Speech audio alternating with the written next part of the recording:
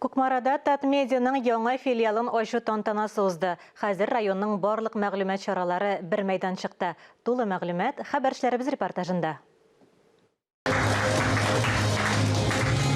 Тасманы кесүдән Кукмара районы тормышында яңа мәгълүмати бүлек башлана.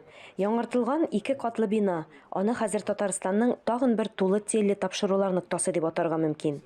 Бик яхшы булган, бик сыйфатлы ремонт эшләре эшләнелгән. Инде күп кенә менә җиһазландыра башлаган. Менә күрәбез яңа оборудованиелар, заманча.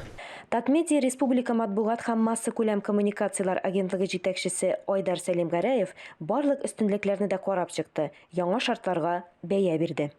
Это же место, где объединяется город, люди, обмен, публичный дискурс, где происходит и редакция наконец-то сидит в таких достойных условиях, куда не стыдно гостей звать.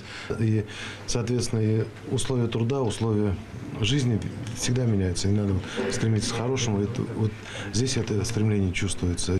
Редакция вакыйгаларның үзәгендә кайнаудан тыш, бинасы да шәһәр үзәгендә урнашкан. Анда ныгытып эшләр өчен барлык кирәкле җиһазлар һәм мөмкинлекләр дә бар.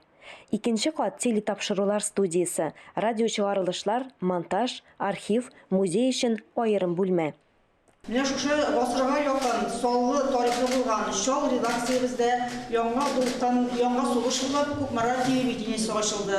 Яңа мәгълүмат кыры, яңа бер хезмәт, яңа кадрлар барлыкка килде, коллективыбыз яшәрде.